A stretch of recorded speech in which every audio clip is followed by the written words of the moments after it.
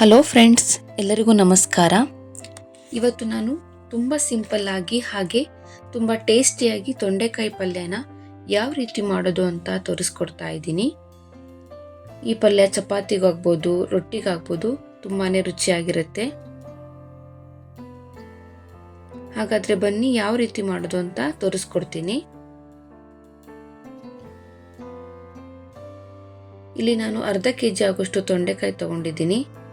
ಒಂದು ತೊಂಡೆಕಾಯಿನ 4 ಭಾಗಗಳಾಗಿ ಕಟ್ ಮಾಡಿ ಇಟ್ಕೊಂಡಿದ್ದೀನಿ. ನಂತರ ಒಂದು ಕಡಾಯಿ ತಗೊಂಡಿದ್ದೀನಿ. ಅದಕ್ಕೆ ಸ್ವಲ್ಪ ಎಣ್ಣೆ ಹಾಕೊಳ್ತಾ ಇದ್ದೀನಿ. ಎಣ್ಣೆ ಕಾದ ನಂತರ 1 ಸ್ಪೂನ್ ಸಾಸಿವೆ, 1 ಸ್ಪೂನ್ ಜೀರಿಗೆ, ಸ್ವಲ್ಪ ಬೆಳ್ಳುಳ್ಳಿ ಹಾಕೊಳ್ತಾ ಇದ್ದೀನಿ. 2 ಹಸಿಮೆಣಸಿನಕಾಯಿ ಹಾಕೊಳ್ತಾ ಇದ್ದೀನಿ. ಸ್ವಲ್ಪ ಕರಿಬೇವು. ಇದನ್ನು ಚೆನ್ನಾಗಿ ಫ್ರೈ ಮಾಡ್ಕೊಳ್ಳೋಣ. ನಂತರ ಇದಕ್ಕೆ 2 ಮೀಡಿಯಂ ಸೈಜ್ ಈರುಳ್ಳಿ ಹಾಕೊಳ್ತಾ ಇದ್ದೀನಿ. ಇದನ್ನು ಚೆನ್ನಾಗಿ ಮಿಕ್ಸ್ ಮಾಡ್ಕೊಳ್ಬೇಕು.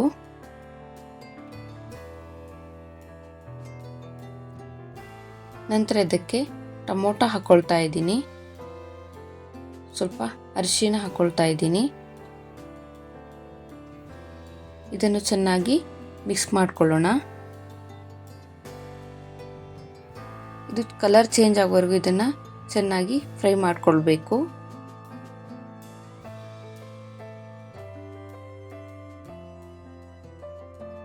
ಇದಕ್ಕೆ ರುಚಿಗೆ ತಕ್ಕಷ್ಟು ಉಪ್ಪನ್ನು ಸೇರಿಸ್ತಾ ಇದ್ದೀನಿ.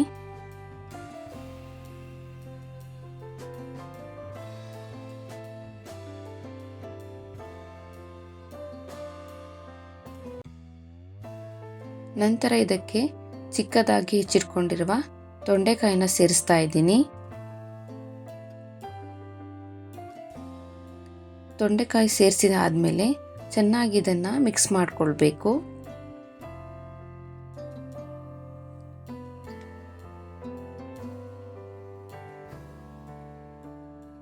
ನೋಡಿ, ಈ ರೀತಿಯಾಗಿ ಮಿಕ್ಸ್ ಮಾಡ್ಕೊಂಡಿದ್ದೀನಿ.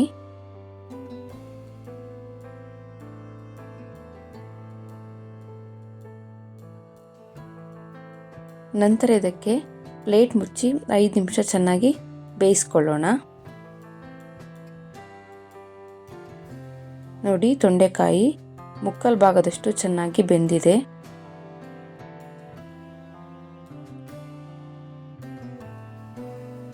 ಈಗ ಇದಕ್ಕೆ 2 ಸ್ಪೂನ್ ಅಚ್ಚ ಖಾರದ ಪುಡಿ ಹಾಕ್ಕೊಳ್ತಾ ಇದ್ದೀನಿ. 3 ಸ್ಪೂನ್ ಸಾಂಬಾರ್ ಪೌಡರ್ ಹಾಕ್ಕೊಳ್ತಾ ಇದ್ದೀನಿ. 1 ಸ್ಪೂನ್ ಧನಿಯಾ ಪೌಡರ್ ಹಾಕ್ಕೊಳ್ತಾ ಇದ್ದೀನಿ. ಇವಾಗ ಇದನ್ನು ಚೆನ್ನಾಗಿ ಮಿಕ್ಸ್ ಮಾಡ್ಕೊಳ್ಳೋಣ.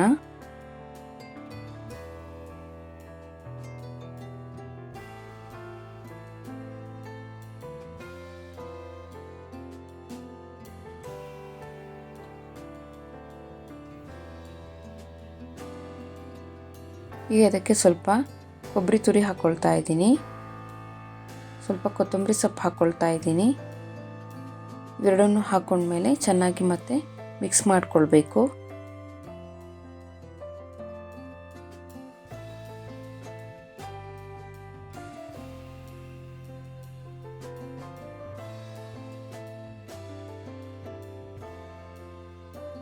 ಈಗ ಇದಕ್ಕೆ ಸ್ವಲ್ಪ ನೀರು ಹಾಕ್ಕೊಂಡು 1-2 ನಿಮಿಷ ಚೆನ್ನಾಗಿ ಬೇಯಿಸ್ಕೊಳ್ಳೋಣ.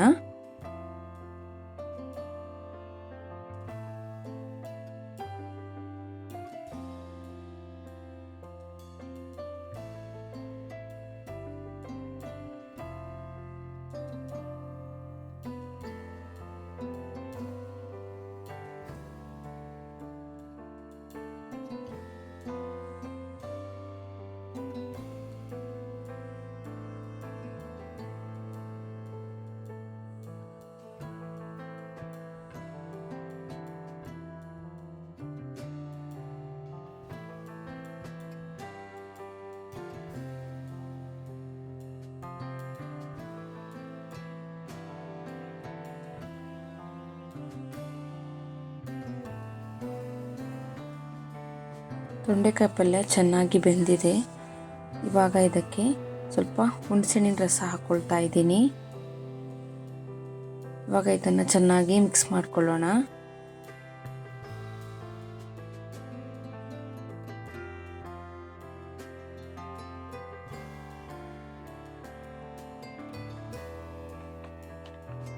ನೋಡ್ತಾ ಇರ್ಬೋದು ತೊಂಡೆಕಾಯಿ ಪಲ್ಯ ರೆಡಿಯಾಗಿದೆ.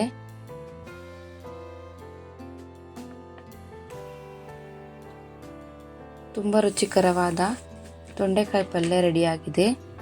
ನೀವು ಕೂಡ ಈ ವಿಧಾನದಲ್ಲಿ ಒಮ್ಮೆ ಟ್ರೈ ಮಾಡಿ ನೋಡಿ. ಈ ತೊಂಡೆಕಾಯಿ ಪಲ್ಯ ಚಪಾತಿಗಾಗ್ಬೋದು, ರೊಟ್ಟಿಗಾಗ್ಬೋದು ತುಂಬಾ ರುಚಿಯಾಗಿರುತ್ತೆ. ಇಲ್ಲಿ ನಾನು ಅಕ್ಕಿ ರೊಟ್ಟಿ ಜೊತೆ ಸರ್ವ್ ಮಾಡಿ ತೋರಿಸ್ತಾ ಇದ್ದೀನಿ. ಈ ರೆಸಿಪಿ ನಮಗೆ ಇಷ್ಟ ಆಗಿದ್ದರೆ ಈ ವಿಡಿಯೋಗೊಂದು ಲೈಕ್, ಶೇರ್, ಕಮೆಂಟ್ ಮಾಡೋದನ್ನು ಮರಿಬೇಡಿ. Thank you.